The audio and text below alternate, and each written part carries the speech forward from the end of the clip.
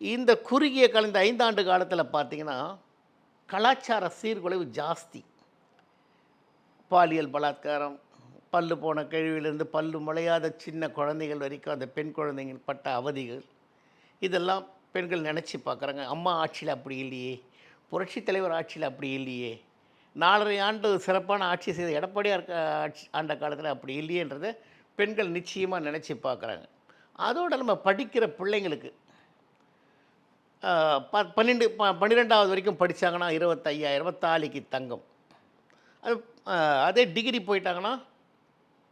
50,000 1 சவரன் தங்கம் இப்படி குடுத்தது. பெண் குழந்தைங்களுக்கு அவங்க தேவையறிஞ்சு ஸ்கூல் படிக்கும்போது நாப்கின் குடுத்தது, சானிட்டரி நாப்கின் குடுத்தது.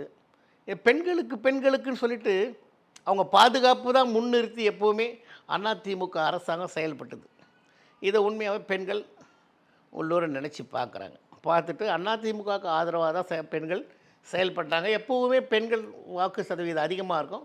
பெண்கள் அதிக சதவீத வாக்குகள் வரும்போது அதிமுக வெற்றி பெற்றதுன்றத இது எப்போவுமே நிதர்சனமான ஒரு உண்மை அது.